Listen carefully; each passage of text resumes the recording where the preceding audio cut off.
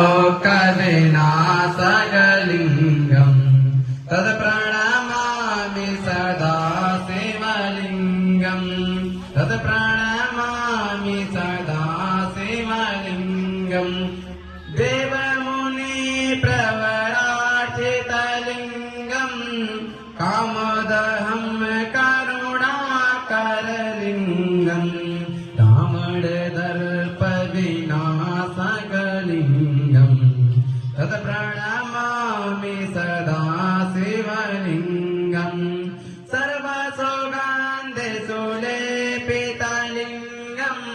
भूदेवी वरदानकारणलिङ्गम्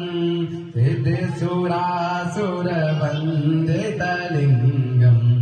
तत्प्रणमामि